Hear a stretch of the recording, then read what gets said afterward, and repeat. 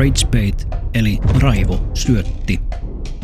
Sinun suuttumuksesta tehdään hyödyke, josta joku toinen hyötyy. Esimerkiksi joku tekee postauksen uutisesta, mutta jättää siitä olennaisen osan pois. Näin saadaan asia näyttämään ärsyttävämmältä tai typerämmältä kuin se oikeasti on. Tällöin reagoit vahvasti. Kommentoit tai jaat sisältöä.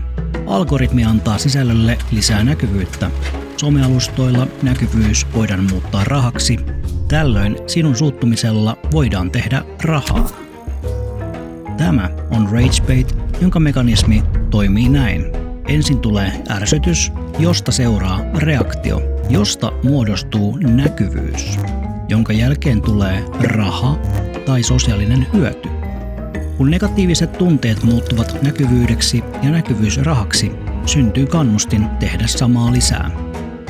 Siksi on tärkeää ymmärtää, mitä tarkoittaa.